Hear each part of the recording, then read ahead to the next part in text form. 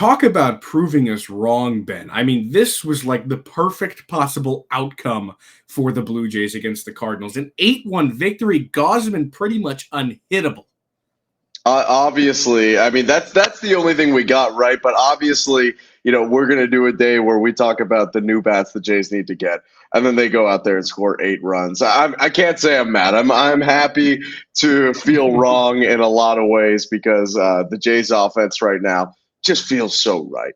It does just feel so right. Ben and I will give you our takeaways from today's game and the series, that little two-gamer. We will play the BR name game, a little bit of a return to that, and then we will give some off-season move grades as we're around 40 games in, like we said we would. It's all on Locked On Blue Jays, and it's right now. You are Locked On Blue Jays, your daily Toronto Blue Jays podcast. Part of the Locked On Podcast Network, your team every day.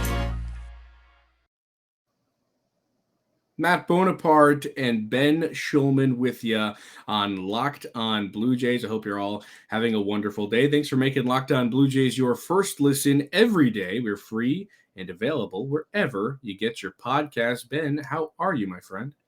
I'm good. It's late. We're not a Titans podcast, so I'm happy. But I'm doing well and a lot better after this win. How are you doing? I'm doing very well, and it is good to see the Jays bouncing back in a big way against St. Louis tonight. We kind of hounded them for weeks on end about the offense having no capability of scoring around 10 runs in a win, because they did it a couple times in losses, but never really were able to do it in a big win.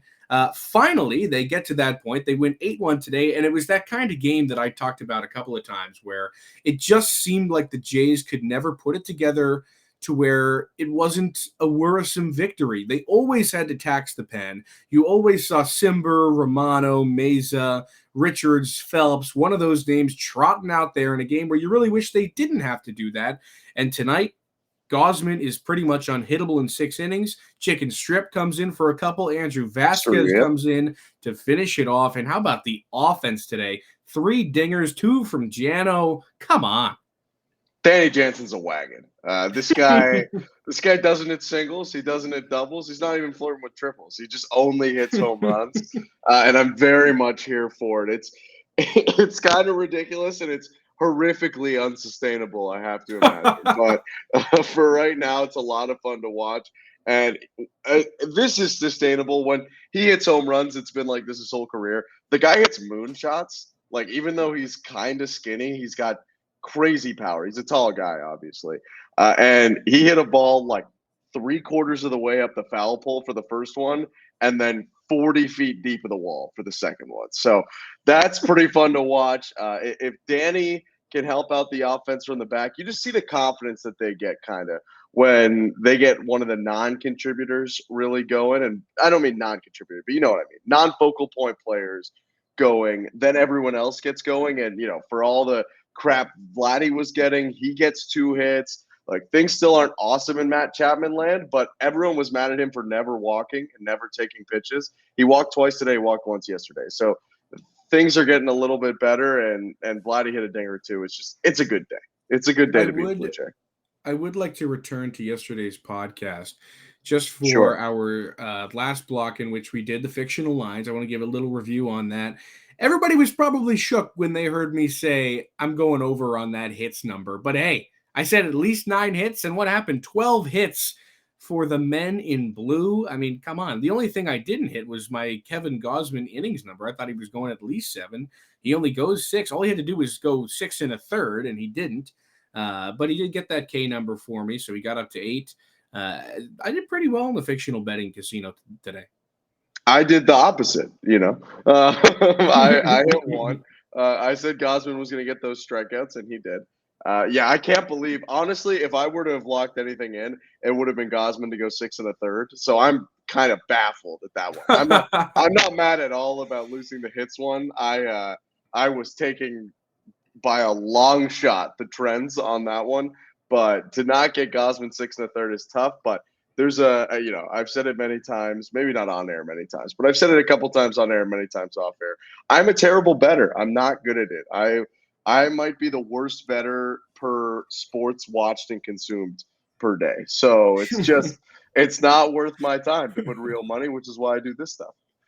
Oh, well, I appreciate the honesty there, but it also shows you just how baseball is such an unpredictable sport, and really anybody can win on any given day, and that's what we saw today because the Jays were struggling in terms of offensive categories. Pitching was fine, and as it's continued to be solid, at least the starting pitching has. But they came out and just were great in every facet of the day. And if you look down the box score, and just the line for the Jays, it's good to see as well that some of the guys who haven't really been hitting at all kind of entered the mix. I mean, I'll take a 1-for-4 day with a walk and a run scored from Raimel Tapia. If that's what he's going to give you, like, I'll take it every single time, especially because he's been so bad. And we'll get to that in our a couple blocks from now. But, also, Alejandro Kirk got it going a little bit, a 2-hit day for him. Like you said, Matt Chapman started to show up, a couple of walks and a hit and a run scored for him. So it was kind of everybody getting in on the party, and the Jays kind of turning into a team that we know that they can be, Ben, and kind of giving us that flash. So it's been nice to see, certainly. But now the next question, of course, that follows is, can they keep it up? Can they continue to put on performances like this? And that doesn't necessarily mean you got to go out and blow teams out by 7 runs, but non-save situation wins half the time would be really nice. And I think that we'd appreciate that. The media, as well as the fan base, would appreciate that. And I bet you Jordan Romano would too. Yeah, he would. And I'm sure he appreciates, for the wrong reasons he didn't pitch in game 1. He doesn't pitch today, and, well, today being the game day because we record after games, and then he doesn't pitch actually today, the day you're listening, because the Jays are on an off day. So that's about as good, other than when he's, pooping a lot. That's the most rest that he's gotten in a long time. So you gotta hope that Jordan Romano's arm, between unfortunately the gastrointestinal infection and then this, is about as fresh as it's been all year, because they actually haven't had to use him a ton out of necessity, and then in this case out of luxury because they had such a big lead. They need to keep it going, though. You're right.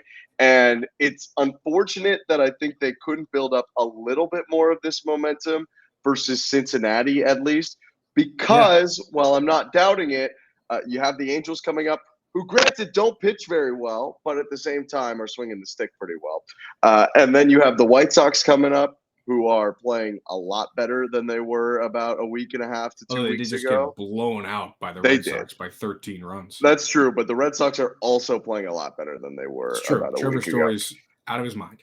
Out of his mind. True story. That's terrible for me. And then they have the Twins, who are a good baseball team again, I guess, until they play the Yankees Buxton in the catch playoffs. today?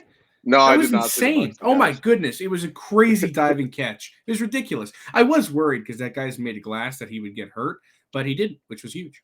I hope he stays all the way until they very predictably play the Yankees in the playoffs this year and lose. It's going to be a lot of fun. But those are 3 tough teams, legitimately, to pick up non-save wins against. So I think we're going to find out what they're made of in the next 10 games. And I'm not trying to section off other sections because we're getting close here to our 20-game slice that we hit a couple of weeks ago. But these next 10 games, tough stretch. Then you get KC and Baltimore, but I'm not going to be that impressed if you get non-save wins there, even though, let's go O's, the Orioles are also a wagon, like Danny Jansen. Yeah, I just watched the Orioles play some baseball very recently, and they're better than they seem, or at least their bullpen is. I mean, I was surprised, and I have been surprised kind of all year long, that they've pulled a little bit of a raise, and they're just pulling guys out of nowhere that just pump gas and have crazy off-speed pitches. So, they're going to be good. They're going to end up being last, but they've got a lot of talent on the way, and in 2 years, it might be a different story. So keep your eye out for the Orioles. All right, Ben, let me tell you about LinkedIn. You didn't see that one coming. With spring in the air, it's a time of renewal and growth, Benjamin, personally and professionally. As your small business grows, LinkedIn Jobs is here to make it easier to find the people you want to talk to faster and for free. Create a free job post in minutes on LinkedIn Jobs to reach your network and beyond to the world's largest professional network of over 810 million people. Then add your job and hit the purple hashtag hiring frame to your LinkedIn profile to spread the word that you're hiring so your network can help you find the right people. Simple tools like screening questions make it easy to focus on candidates with just the right skills and experience so you can quickly prioritize who you'd like to interview and hire. It's why small businesses rate LinkedIn Jobs #1 in delivering quality hires versus leading competitors. LinkedIn Jobs helps you find the candidates you want to talk to faster. And did you know every week nearly 40 million job seekers visit LinkedIn? Post your job for free at linkedin.com/lockedonmlb. That's linkedin.com/lockedonmlb to post your job for free. Terms and conditions apply. All right, let's keep rolling here on your Wednesday edition of Locked On Blue Jays. Thanks for making Locked On Blue Jays your first listen. For your next listen, check out the Locked On Now podcast, recaps of MLB games with analysis from our local experts taking fans through the season like no other network, free and available wherever you get your podcasts. He's Matt Bonaparte. I'm Ben Shulman. It's time for the baseball reference name game. Remember when I kept saying Bleacher Report for like 3 weeks? Yeah, I actually think about it every time I say it. I've snapped out of it, and I like that I've made you conscious of it now. So that's cool. So the baseball reference name game, the YouTube community could be new to it because we haven't done it on YouTube before. But for all of you that have been listening to the podcast on audio form for a while, you know that essentially we believe that Baseball Reference has a bunch of nicknames that no one's ever called a player, or like maybe one person said it once, and they've just bang, nickname, cool. They're just collecting nicknames like it's nobody's business. So we take Blue Jays, although admittedly we might have to switch off only Blue Jays soon because we're running out of people. But we take Blue Jays and we find the guys who got weird nicknames. Sometimes we just go back in time to nicknames we don't know because, again, we're running out of Blue Jays. And we do 1 truth and 2 lies, and you have to guess which nickname is real. In the all-time series, we don't know the total score, but what we do know is Bones is a game up on me because we were tied for like 4 weeks in a row, and then he beat me last time that we did it. Are you ready to go, Mr. Bones? I am ready, Mr. Ben. Would you like to go first, or should I? I want to go first. Okay. My first one is Darwin Barney. I thought of him because he was the first player to stump me on He Was a J, which is pain for me, but it's okay. Darwin, I'll get you back one day. You never know. All right, so scared. It was a little ominous. There was no malicious intent there. I love you, Darwin. All right, so do everybody in the world nickname Darwin Barney Darbar, West Coast Kingpin, or Sweet Strut? Darbar. Is it Darbar, West Coast Kingpin, or Sweet Strut? All those nicknames suck. Like, whichever one is his actual nickname. Because he's not cool enough. I'm ruling out West Coast Kingpin. He's not cool enough. I love Darwin Barney. He's no Kingpin. I think he thinks he's cool enough. He walks up to Return of the Mac. He does walk up to Return of the Mac. But that's not like a Kingpin is like a gangster, you know? A guy who walks up to Return of the Mac's nickname is Darbar. Darbar is correct. Let's go. I'm glad it was close though, because you know West Coast Kingpin I thought had no chance, and then Sweet Strut. I was gonna do Sweet Strutter Supreme, but I knew that you would. That's too much alliteration. Yeah, Sweet Strut. Sussed me out. Sweet Strut was like there, like it was in my brain, I'm proud of that. And it was rattling around. It's okay. All right, so I hit on the first one. I'm a half game back right now. All right, are you ready to go? I'm ready, man. All right, mine is Joe Biagini, fan favorite. Here are my 3 nicknames for Joe Biagini. And Bones reads me really well, and now that we're on video, it's like way worse, I feel like. Yeah. So I'm just going to smile wide through all of them so that it looks like I'm being super bait with all of them. All right. Jeffrey, Moose, and the Frog King. Wow, the Frog King? Jeffrey, Moose, the Frog King. And now I need to stop wide smiling. Jeffrey's out. Look like a psychopath. Right. It's either absolutely Jeffrey or there's no chance it's Jeffrey. It's like, Jeffrey? Like, why would it be Jeffrey? You wouldn't have thought of Jeffrey, though. You never would have just said Jeffrey. Moose, like 10 guys are called Moose. Like 10 guys a team are called Moose. It's not Moose. The Frog King is something that I would say, but I don't know if it's something that you would say. I'm going to go Jeffrey. Jeffrey is correct. Let's freaking Oh, go. you said it was no way it was Jeffrey. I thought I had you, and then all No, of I a was sudden back in, man. you turned back on your head. Yeah, it is Jeffrey. He's got a lot of nicknames. Genie, some other stuff, but Jeffrey was my favorite one. So Big for me. all right, you're back All up a game. My second one is Justin Smoke, who was a great Blue Jay, actually. Yeah, sneaky. 2017, fantastic Jay. All right, Justin Smoke. Was he Smokey the Bear, Mokey, or Smokesy? Oh, that's I'm gonna rule out Mokey. Smokey the Bear, Mokey, or Smokesy?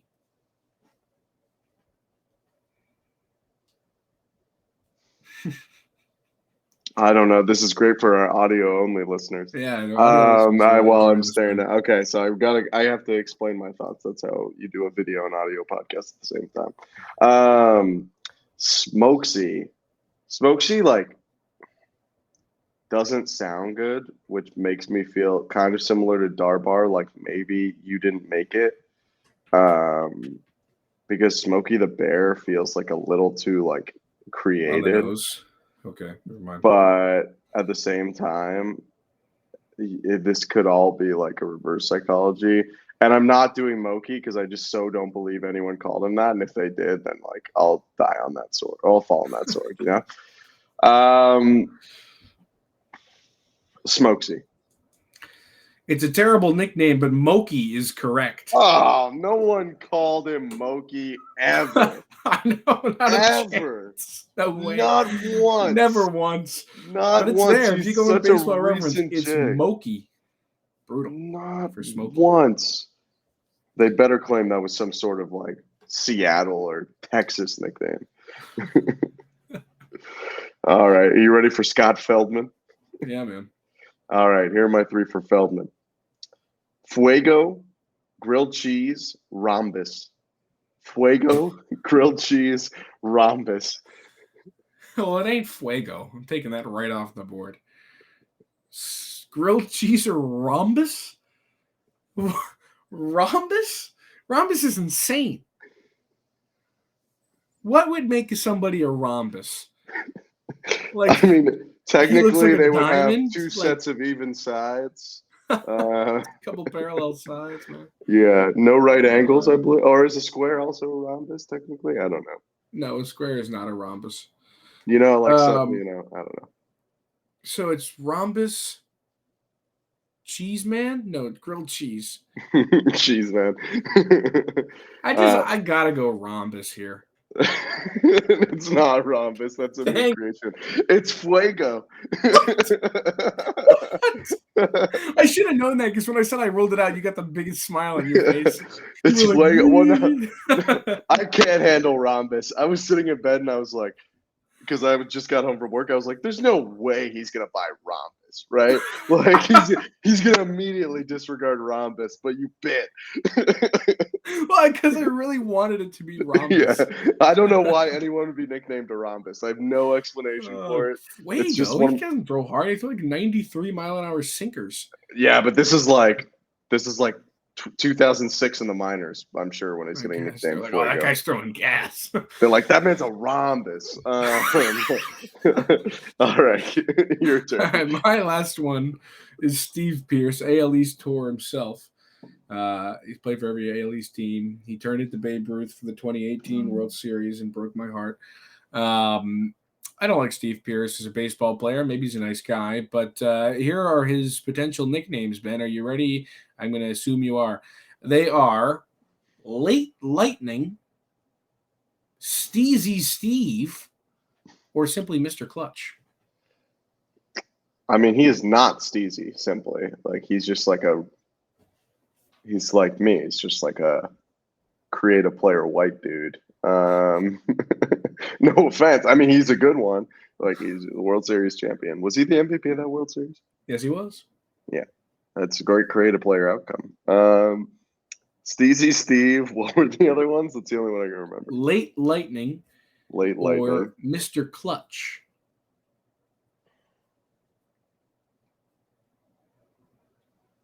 Mr. Clutch, final answer. Incorrect. It was late lightning. What a weird way to describe being clutch. Yep. Yes, it is. I don't. That makes no sense. But I thought that was your deke. I like both of those were the same, so I ruled out Steezy C. Also, again, because he's not Steezy. And then I don't. Okay, well, I need you to miss this, or you go 2 games up on me, I believe. Yeah, I need this. Okay, let's do it. David Price, half-season Blue Jay is mine. All right, here are your 3. I have to smile through the whole thing again because I really don't want to give the tell. Funkmaster, No Slim shot. Duncan, Mean String Bean. No shot. It's Funkmaster. Not a chance. Guy's not funky. What was the second? String Bean, and then Slim King, Slim Funkmaster, Slim Duncan, and Mean String Bean. Mean String Bean's not half bad. Slim Duncan, like Duncan as in like the coffee company, the It was dunking of spelled like basketball, or is it Tim it was Duncan? spelled. The way I'm spelling it is like the coffee company. You can take that as you want. String Bean, final answer. Slim Duncan. Don't know why.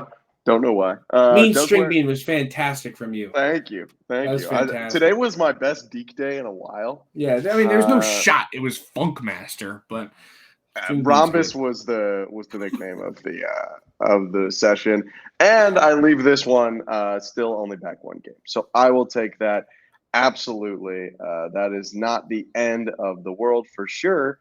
But Matty Bones, if you're ready, I'm ready to move on to our off-season grades because we don't have a sponsor here. Yes, we don't. But you'll hear one. You'll hear a couple anyway because we have a couple ads. That's true. That's true. That's a lot of inside baseball for the folks at home. All right, it is time for our off-season grades. Of course, the Jays made a multitude of off-season moves this year. Matt Chapman, Kevin Gausman, Yusei Kikuchi, Bradley Zimmer, and Raimel Tapia. I'm not forgetting anybody, am I? That's it? There were some, like they traded Reese McGuire for Zach Collins. We didn't really deem that important enough. Like, these guys are at least on the roster that we have still here. Like signing Taylor Heineman, signing Joe Biagini. Okay. I want to start with Raimel Tapia because this was a big trade. And it was one that sent away, I believe, in Randall Grichuk, of course, but I believe he was the longest tenured Jay at the time of the trade, correct? That is correct.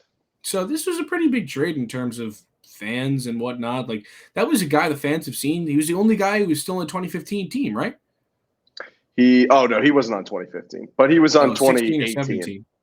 He was on 18, but he was the first guy before they started this turnaround. He was the first guy to sign a long-term deal. He signed a 5-year deal, and it's one of those where it's like at the time it was a big deal, and then by the time he got good, he wasn't a star. But you remembered like, wow, this guy was like kind of the focal point of the lineup when we were down in the dumps, and was with us for the ride back up, And aside from 2020, which doesn't count, Randall Grichuk didn't have a season with the Jays where he didn't have at least 25 home runs. So he was a guy who put the ball in the air. That's kind of what he was known for, and a lot of the time it went out of the park. So he was a good power hitter for this team and traded straight up for Raimel Tapia. Ben and I agreed at the time that it would be a good win-win because Colorado needed a guy who could put the ball in the air, of course, playing Coors Field, and Raimel Tapia fits in, or we thought would fit in well with the Jays lineup, being a guy who has speed. He's a great contact hitter, and he nearly doesn't strike out at all whatsoever. But he changed his entire approach to the plate when he came to Toronto. That was something I've heard many times on Sportsnet broadcasts. And he doesn't really do the two-strike approach anymore where he got down to the catcher's level and just tried to make the strike zone as small as possible, which is upsetting for me because I like that from you, Ben. Upsetting for me because I really was excited to see him crouch down and try and like speak to the catcher. But It is what it is. He tried something new, and it is not working for him. A 228 batting average, and what's even worse is a 532 OPS. Dude has struck out 26 times thus far this season, which isn't terrible, but he ain't good. He's just not good. And I got to say, I'm giving him a D minus. Yeah, I went F. Okay, that's fair. So, and again, these are the 40 games in grades. So, who knows? Turn it around.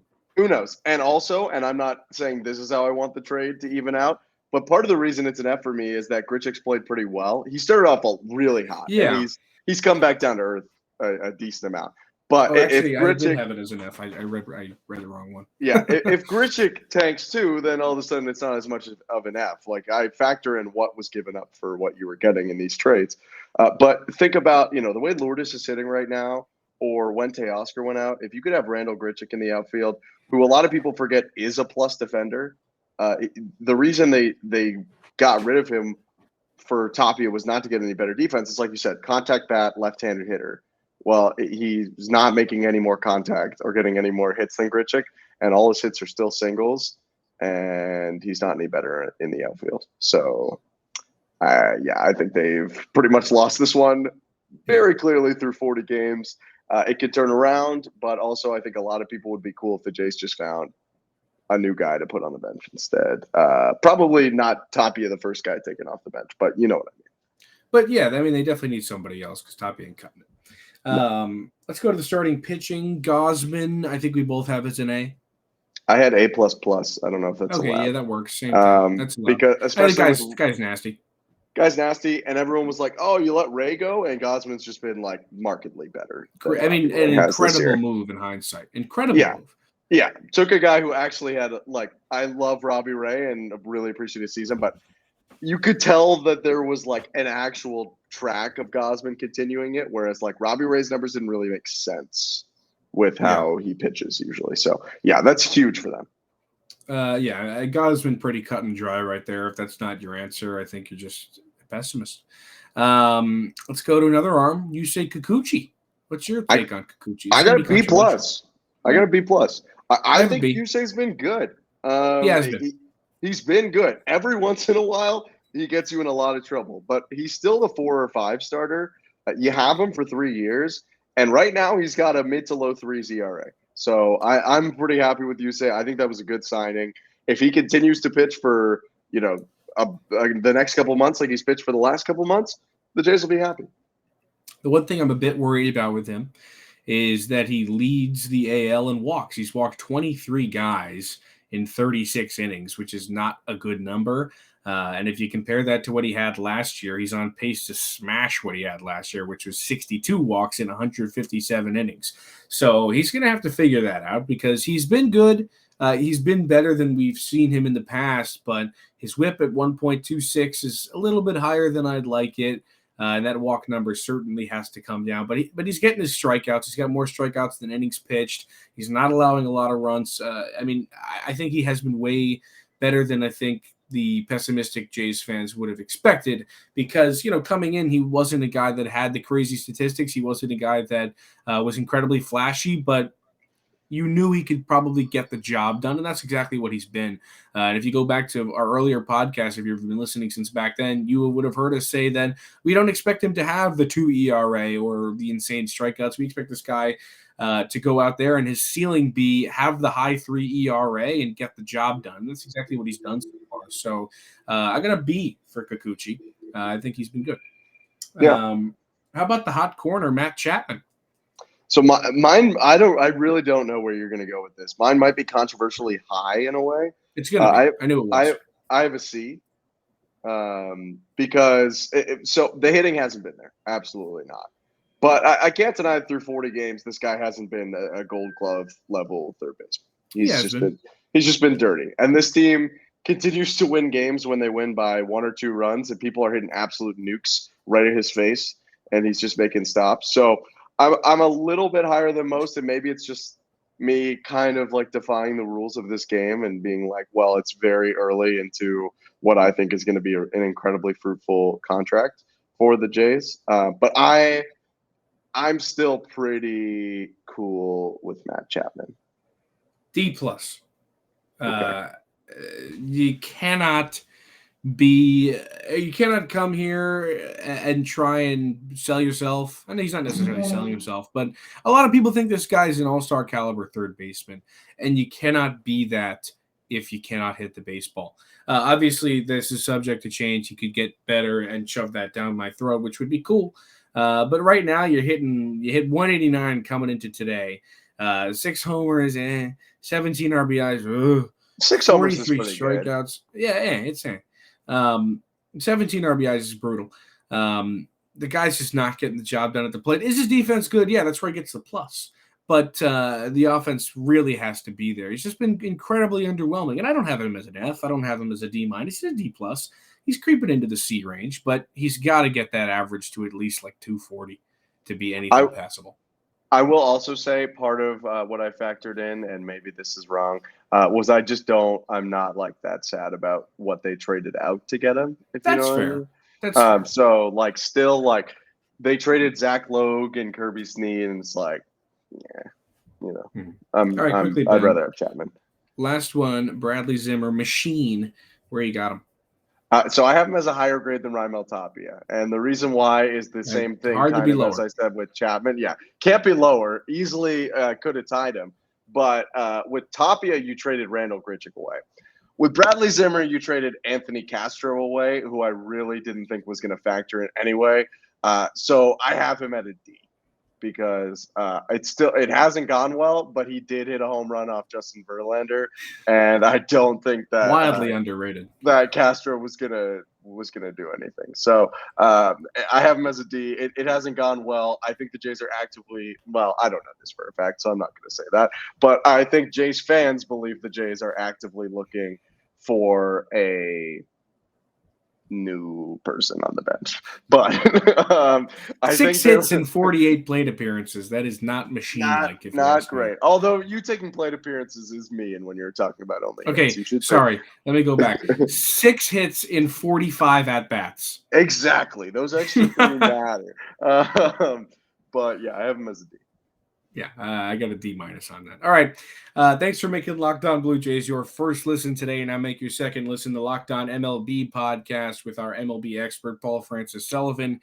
He brings humor, passion, and a unique perspective on every team and the biggest stories around the league. Follow the #1 daily league-wide podcast, Locked On MLB, on the Odyssey app, YouTube, and wherever you get your podcasts. We'll see you tomorrow.